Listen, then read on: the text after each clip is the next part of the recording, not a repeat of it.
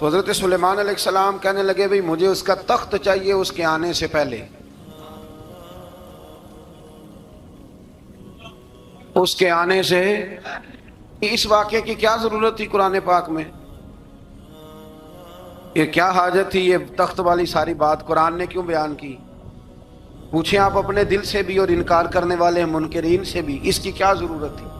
وہ جو کہتے ہیں جی ولی کی کرامت کی کیا ضرورت ہے، سیدھی سیدھی نماز پڑھو، روزہ رکھو، حج کرو، زکوٰۃ دو، تو پوچھو ان سے ایک سورت نمل کے اندر اس ساری تفصیل کی کیا ضرورت تھی؟ ختم ہو گئی جب وہ کلمہ جو پڑھ رہی ہے، تو پھر اس سارے واقعے کو رب کیوں بیان فرماتا ہے؟ حضرت سیدنا سلیمان فرمانے لگے تخت چاہیے، اور چاہیے اس کے آنے سے پہلے۔ قال عفریت من الجن، جنوں میں سے ایک بہت بڑا جن بولا، کہنے لگا حضور آپ کا یہ تخت برخاست ہونے سے پہلے لے آؤں گا۔ یہ جو آپ میٹنگ کر رہے ہیں نا، یہ آپ فیصلے ختم، کچھ نے لکھا صبح سے شام تک میٹنگ ہوتی ہے اور اس کو آنے میں پتہ نہیں کتنے دن لگیں گے، تو میں یہ برخاست ہونے سے پہلے، اور کچھ نے کہا دی آپ شرط کیوں لگاتے ہیں کہ صبح سے شام تک ہوتی؟ اس جن نے کہا دی آپ 10 منٹ میں فارغ ہو جائیں، آپ فارغ ہوں گے تو تخت آ جائے گا۔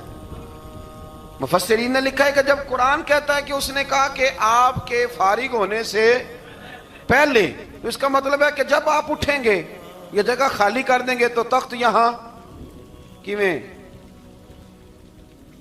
ہزاروں میل کا فاصلہ ہے، آ جائے گا، پر ہوائی جہاز پہ کارگو کرا کے، جی DHL کے ذریعے کیسے آئے گا؟ وہ آئے گا تو بس آئے گا۔ تو حضرت سلیمان کی تو بادشاہت تھی نا زمانے پہ، فرمانے لگے نہیں نہیں تو لیٹ ہے، تو لیٹ ہے، تو ہمیں جانتا ہی نہیں، ایٹ سیٹ تے پکھڑا کوار گندل، اسی اور بھی بوٹیاں جاننے ہاں، یہ تو لیٹ ہے، ابھی ہماری طاقت اس سے زیادہ ہے۔ بڑی کمال بات لکھی ہے لکھنے والوں نے۔ ایک مفسر نے لکھا ہے کہ ابھی حضرت سلیمان نے غلاموں سے منگوایا ہے،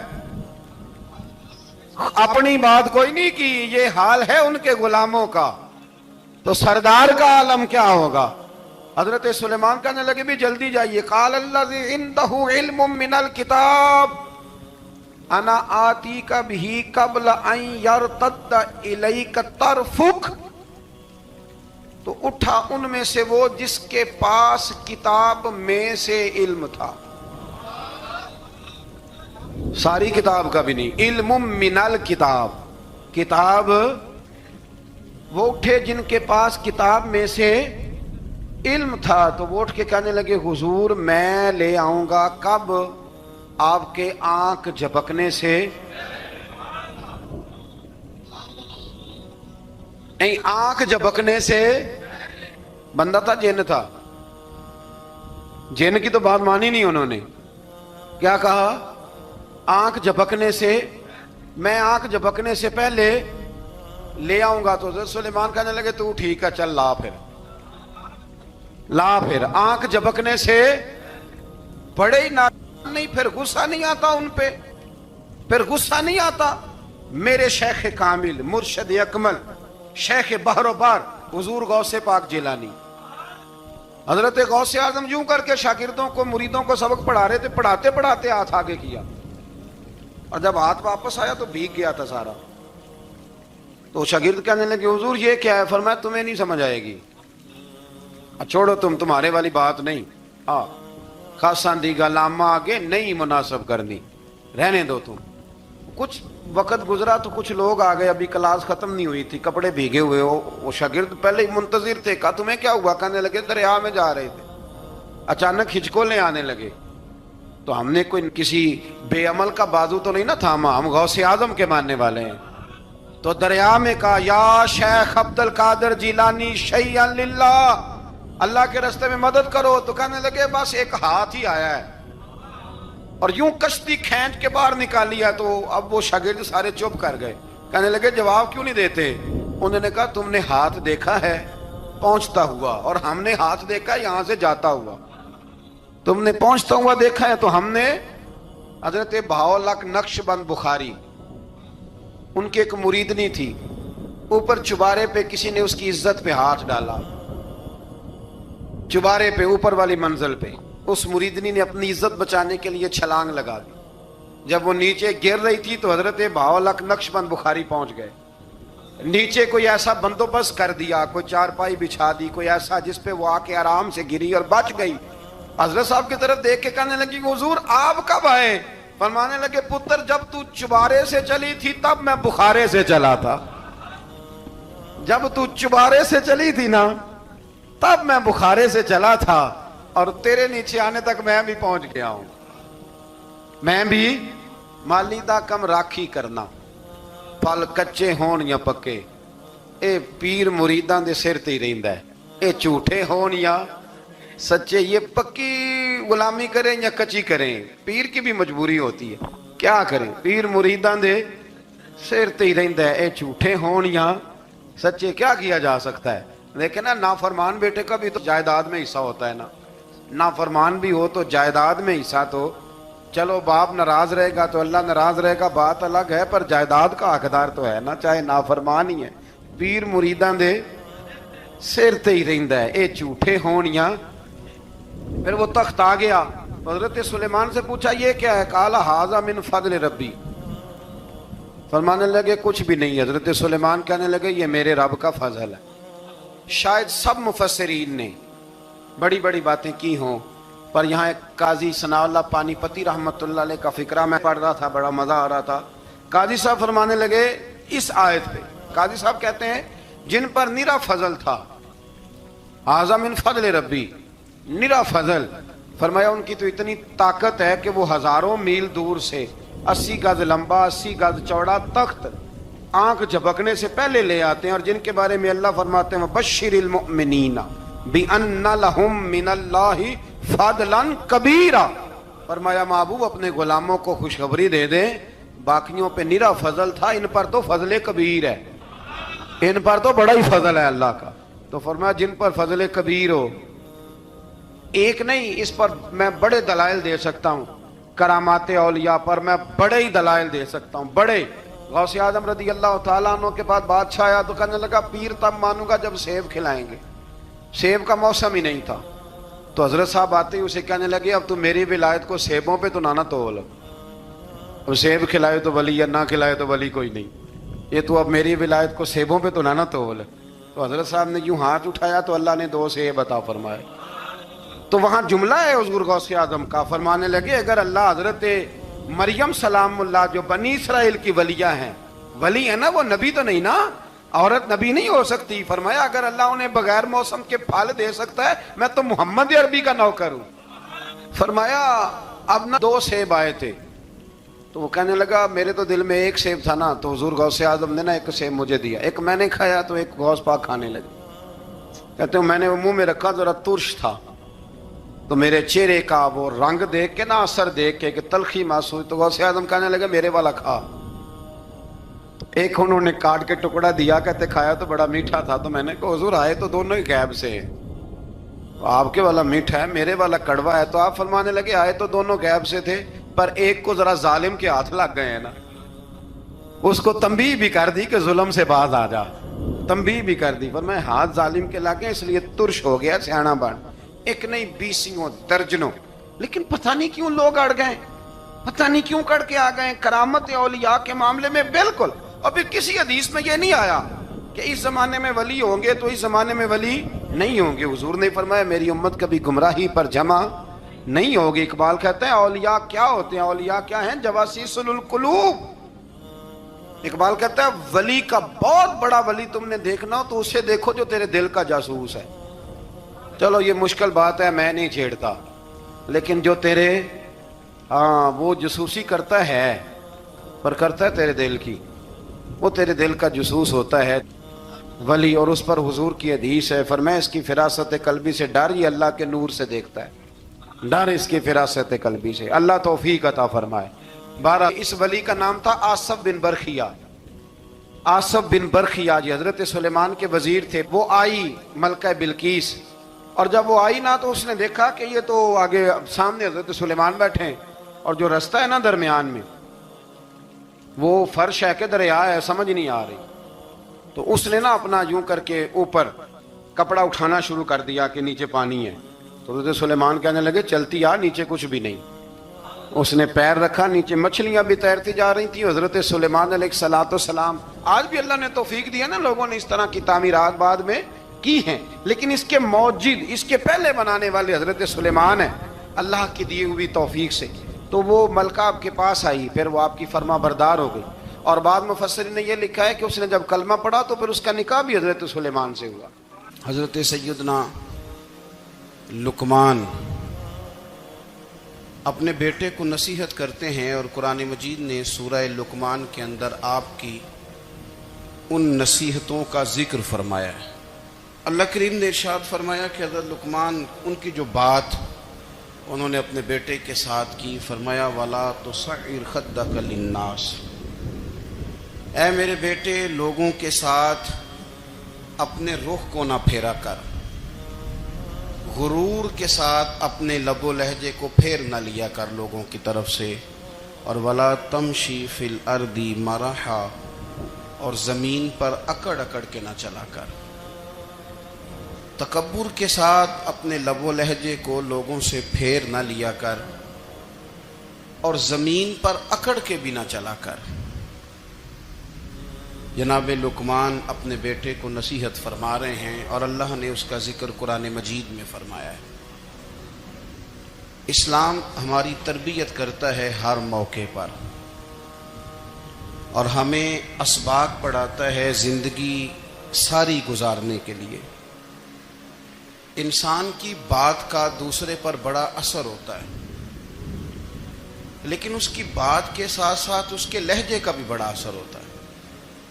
کھانے کا بھی بڑا اثر ہے، لیکن کھانا آپ کس برتن میں رکھ کے دے رہے ہیں اس کا بھی بڑا اثر ہے. آپ نے کھانا کس طرح سجایا ہے، کس جگہ کسی کو بٹھایا ہے، اس کا بھی بہت زیادہ اثر ہے. اسلام یہ کہتا ہے کہ آپ کا جو لب و لہجہ ہے وہ ہمیشہ اچھے اخلاق والا ہونا چاہیے. لہجے جو ہوتے ہیں نا، لہجے، لب و لہجہ، وہ بڑی تاثیر رکھتا ہے، بڑا اثر رکھتا ہے. چھوٹا سا بچہ ہوتا ہے، دودھ پیتا ہے، ابھی نونہال بچہ ہے چھوٹا سا، ابھی اسے پتہ نہیں ہے کہ کون سی بات کا کیا معنی ہے. اسی بچے کے آپ نے گال پہ محبت کے ساتھ ہاتھ پھیرا تو وہ ہنس دیتا ہے، لیکن اگر آپ غصے کے ساتھ اس کی گال پہ ہاتھ لگاتے ہیں تو وہ رو دیتا ہے. آپ میری بات کو سمجھیں گے، ابھی اس کو لفظوں کے مفاہیم کا نہیں پتا، معانی سے ابھی وہ آگاہ نہیں ہے، معنی نہیں جانتا، پر آپ نے کس لہجے کے ساتھ اس سے پیار کیا یہ اسے پتا ہے. یہ جو لہجہ ہوتا ہے نا، لہجہ، اخلاق آپ کا، یہ بڑا اثر کرتا ہے. آپ نے گفتگو کی، لیکن اس گفتگو میں آپ کا انداز کیا تھا، لب و لہجہ کیا تھا. کچھ لوگ کہتے ہیں میں نے کوئی غلط بات کی ہے، بالکل ٹھیک بات کی ہے. بھئی آپ کی بات ٹھیک تھی، پر آپ کا انداز ٹھیک نہیں تھا. جہاں بات ٹھیک ہونا ضروری ہے نا، وہاں انداز ٹھیک ہونا بھی بڑا ہی ضروری ہے. آپ کے لہجے کا خوبصورت ہونا اور آپ کے لفظوں کا حسین ہونا بھی بڑا ہی ضروری ہے. اگر آپ تھوڑا سا معاشرے میں غور کریں تو کچھ لوگ ایسے ہیں جو طبعاً ہی بیچارے دنیا میں آئے ہی شکوہ کرنے کے لیے. ان کے لہجے سے نہ ترش روئی برستی ہے، تلخی ہے. وہ جی میں فلاں آدمی کے پاس گیا تو اس نے میری بات نہیں سنی، فلاں شخص سے میری ملاقات ہوئی، میں نے وقت گزارا پر وہ بندہ ٹھیک نہیں نکلا، فلاں کے ساتھ میں آگے بڑھنا چاہ رہا تھا پر میرے معاملہ چل نہیں سکے. تو بھئی آپ دوسروں کو ناپتے اور تولتے رہے، آپ کو یہ دیکھ لینا چاہیے تھا کہ آپ کا انداز فکر ہی کہیں غلط نہ ہو. لہجے، اخلاق، یہ آپ کے لفظوں سے بھی زیادہ اثر بعض اوقات رکھتے ہیں. کسی نے کہا تھا کہ میرے لہجے میں غرور آیا تھا، اس کو حق تھا کہ شکایت کرتا تھا. میرے لہجے میں کچھ ایسا کہ جس پہ وہ بیچارہ پریشان ہو گیا، اب اس کا حق بنتا تھا وہ اس پہ شکایت کرتا. تو میرے عزیز، آپ بات کو یاد رکھیں گے کہ جو اخلاق ہے، آپ کا جو اخلاق ہے، جو آپ کا کردار ہے، وہ اپنی ایک خوبصورتی رکھتا ہے. اس لیے میرے نبی پاک صلی اللہ تعالی علیہ وآلہ وسلم نے فرمایا تم میں کامل مومن وہ ہے جس کا اخلاق زیادہ اچھا ہے. جو کہانیاں زیادہ سناتا ہے وہ نہیں، جو اپنی خدمات زیادہ بتاتا ہے وہ نہیں، جو باقی سب کی نفی کر کے کہتا ہے کہ دنیا میں کوئی بندہ ٹھیک نہیں صرف میں ٹھیک ہوں، وہ والا بندہ نہیں. بلکہ فرمایا جس بندے کا اخلاق زیادہ اچھا ہے. اخلاق دیکھیں، یہ جو آپ کا لہجہ ہوتا ہے نا، یہ بہت زیادہ اثرات مرتب کرتا ہے آپ کے گھر پہ بھی باہر بھی. آپ اگر اپنی گفتگو میں باڈی لینگویج کو تھوڑا سا اچھا رکھیں. کچھ لوگ ایسے ہوتے ہیں جو بات بڑی صحیح کرتے ہیں پر کچھ زیادہ ہی باتیں کرتے ہیں، تو وہ زیادہ باتیں کرنے کی وجہ سے ان کی جو صحیح باتیں ہوتی ہیں ان کا بھی وزن خراب ہو جاتا ہے، کیونکہ وہ زیادہ باتیں کرتے ہیں، ہر وقت بولتے ہیں، ہر وقت بات کرتے ہیں. تو جب وہ ٹھیک بات بھی کر رہے ہوں تب بھی ان کی بات کا لوگ اثر قبول نہیں کرتے. لیکن اگر ان کا لہجہ باوقار ہو، بات وہ تھوڑی کریں پر جتنی کریں ذرا سونی کر کے کریں، گفتگو میں خود بخود اثر پیدا ہو جائے گا، بات اچھی لگے گی. اخلاقی رویے اگر لوگوں کے زیادہ اچھے ہو جائیں، ایک تو مسکرانے کا بل کوئی نہیں آتا،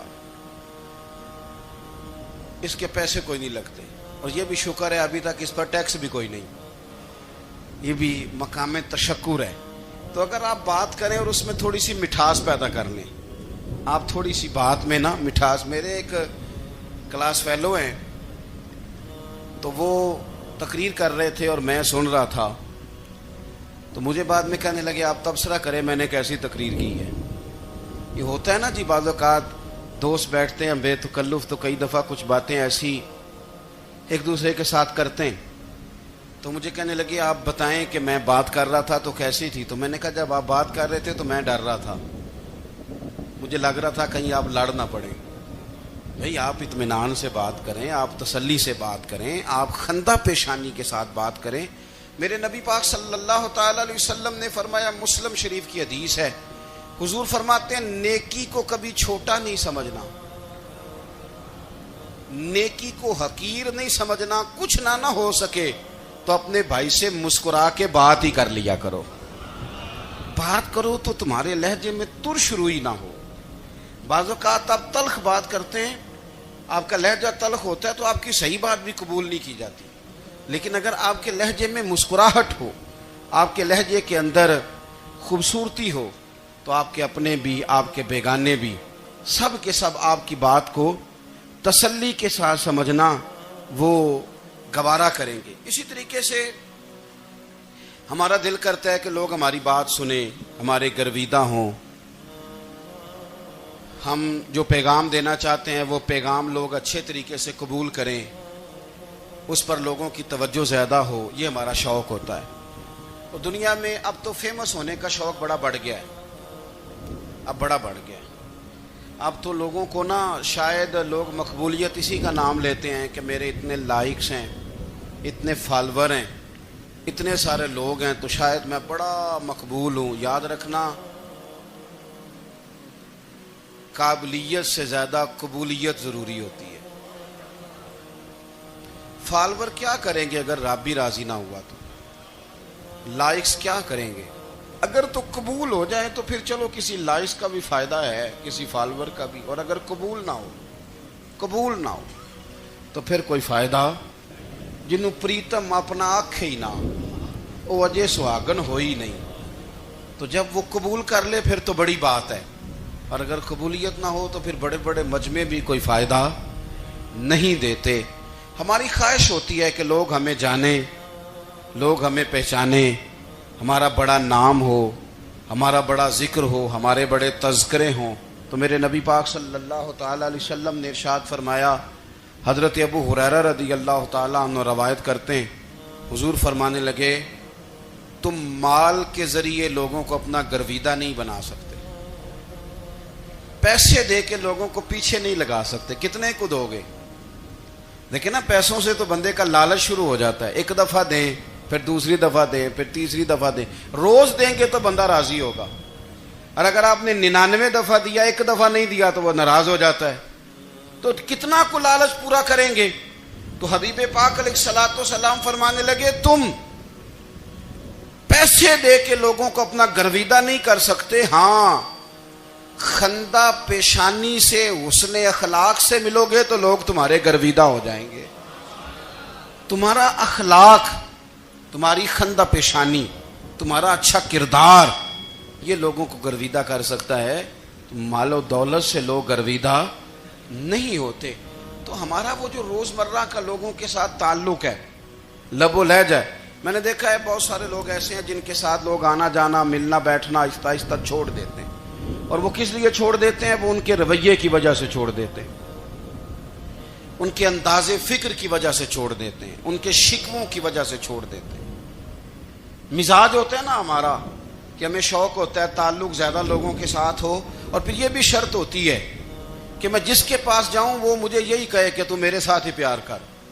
ایک صاحب مجھ سے کہنے لگے کہ یہ میں محفل کراتا ہوں، آپ بھی تشریف لائیں، اور میں 20 علماء کو بلا چکا ہوں اور بڑے بڑے نامور نام انہوں نے میرے سامنے لیے.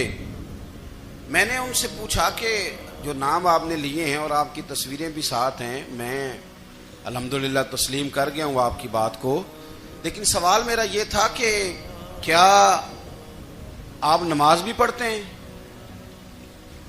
21 علماء کو آپ نے بلایا یا 20 کو بلایا اور بڑے بڑوں کو بلایا، اور مجھے بھی آپ دعوت پیش کر رہے ہیں، تو نمازی بھی آپ ہیں،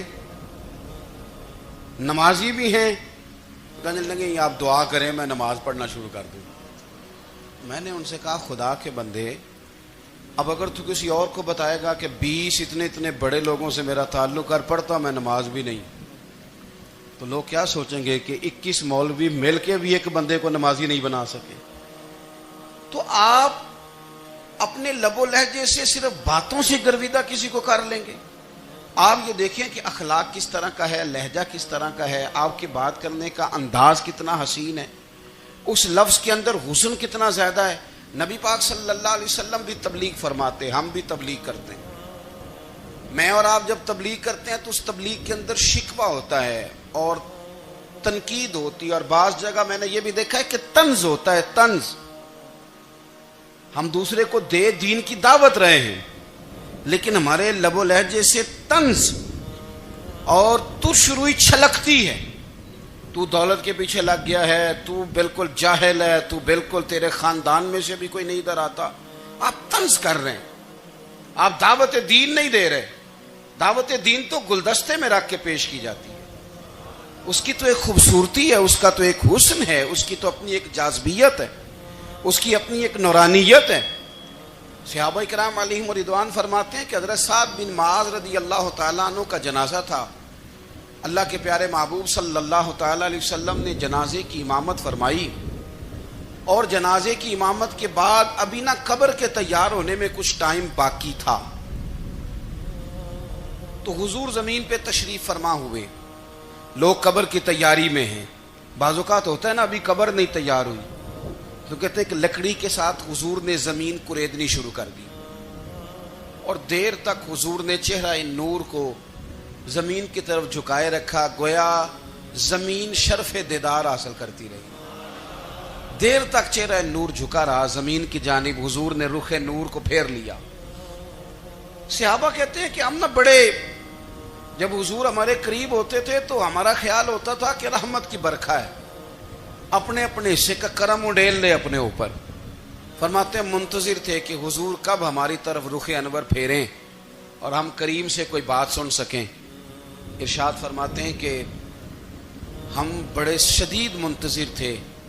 دیر کے بعد نبی پاک علیہ الصلوۃ والسلام نے چہرہ انور اٹھایا، دیر کے بعد چہرہ انور اٹھایا. یہ دیکھیں تبلیغ ہو رہی ہے، اور جب حضور نے چہرہ انور اٹھایا تو آنکھوں میں آنسو تھے، رو رہے تھے. اور 3 دفعہ حضور نے فرمایا، چونکہ قبر تیار ہو رہی تھی، 3 دفعہ نبی کریم نے فرمایا لوگو قبر آخرت کی منزلوں میں سے پہلی منزل ہے، اس کی تیاری کر لو، اس کی تیاری کر لو، اس کی تیاری کر لو. 3 دفعہ حضور نے یہ جملے دہرائے. کیوں؟ ایک میں تبلیغ کرتا ہوں پر اس میں نہ درد ہے، نہ رونا ہے، نہ وہ لب و لہجہ ہے.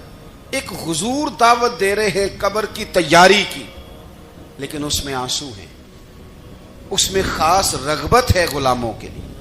تو اپنی زندگی کے اندر جو ہمارا انداز تکلم ہے، ہمارا انداز گفتگو ہے، میں کہا کرتا ہوں کہ ہم نا دین کے لیے جب کلام کر رہے ہوتے ہیں تو شدت ہوتی ہے ہمارے جملوں کے اندر، بعض مقامات شدت کے ہوتے ہیں. آپ جہاد کی بات کر رہے ہیں، ناموس رسالت کی بات کر رہے ہیں، تو کسی جگہ آپ کے لب و لہجے کے اندر شدت کا ہو جانا برا نہیں ہے، بلکہ وہ اچھا ہے. لیکن میرے عزیز، ہر وقت ہی کچھ لوگ تلخ ہیں، انہیں کسی وقت بھی آپ ان سے ملاقات کر لیں وہ لوگ آپ کو پریشان ہی نظر آئیں گے. حضرت سیدنا عبداللہ ابن عمر رضی اللہ تعالیٰ عنہ روایت کرتے ہیں کہ نبی پاک صلی اللہ تعالیٰ علیہ وآلہ وسلم نے ارشاد فرمایا کہ جنت میں ایسے بھی کمرے ہوں گے، جنت میں کچھ ایسے کمرے، کچھ ایسے مکانات بھی ہوں گے کہ باہر کھڑے ہوں گے تو اندر نظر آئے گا، اور اندر کھڑے ہوں گے تو باہر نظر آئے گا. یعنی ایک تو تم آئینے لگاتے ہو نا، وہ دیواریں اتنی شفاف ہوں گی کہ اندر باہر سے ان کا حسن دکھائی دے گا. حضرت سیدنا مالک اشعری رضی اللہ تعالیٰ عنہ بیٹھے تھے، کہتے ہیں میں نے فوراً عرض کی حضور وہ ملیں گے کس کو؟ وہ جو اتنے حسین گھر ہوں گے کہ دیواریں ہی شیشے کی محسوس ہوں گی، اندر باہر سے حسن کے جلوے دکھائی دیں گے، حضور وہ ملیں گے کسے؟ تو اللہ کے پیارے محبوب علیہ السلام نے فرمایا وہ اس کو ملیں گے جو گفتگو اچھی کرے گا،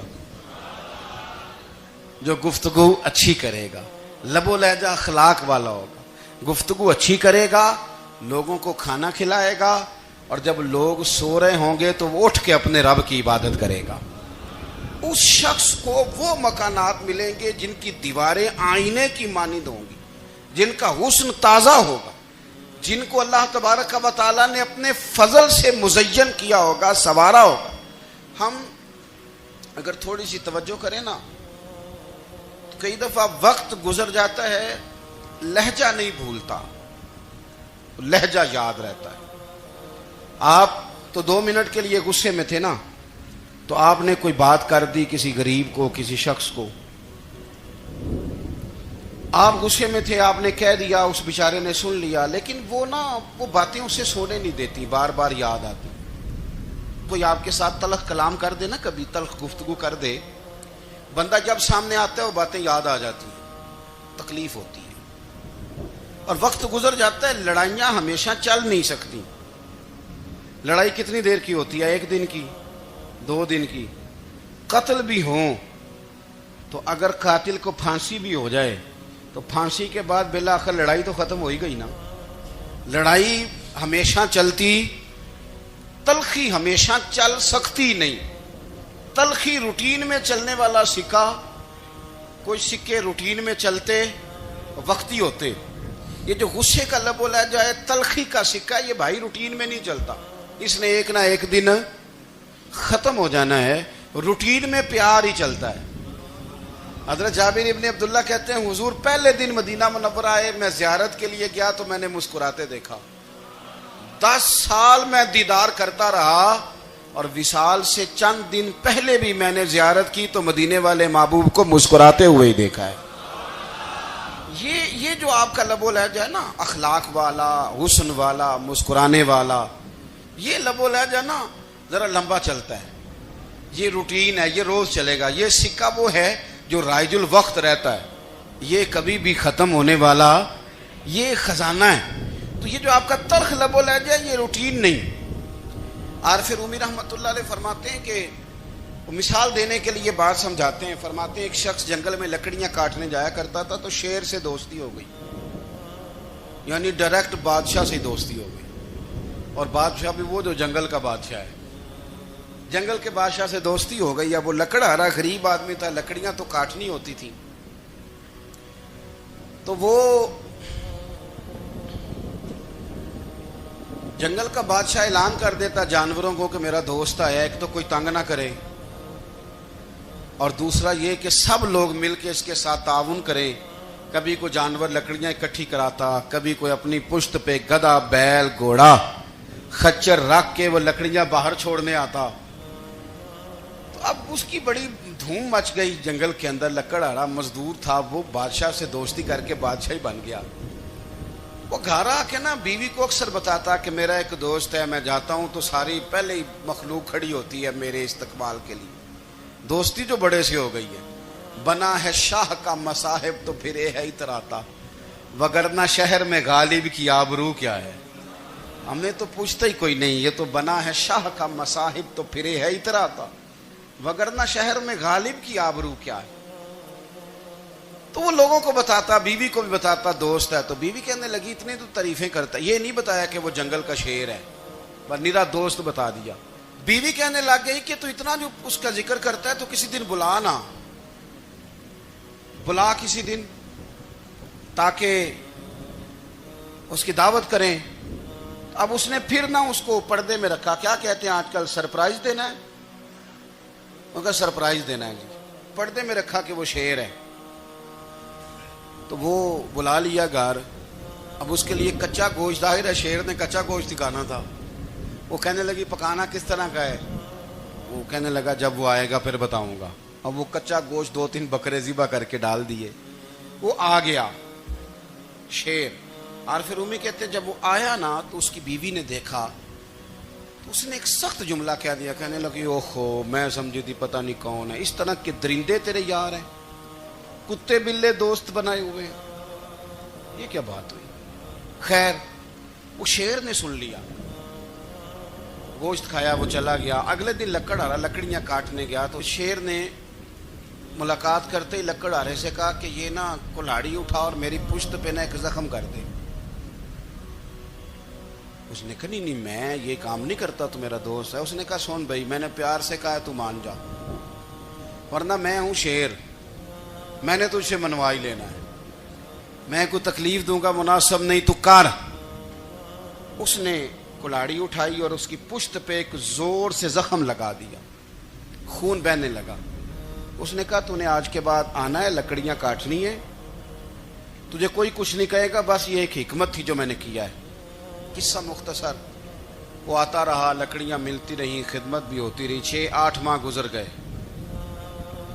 ایک دن شیر اس سے کہنے لگا یہ میرے ذرا بال اٹھا کے دیکھ، وہ جو تو نے زخم لگایا تھا وہ کہاں پہ ہے؟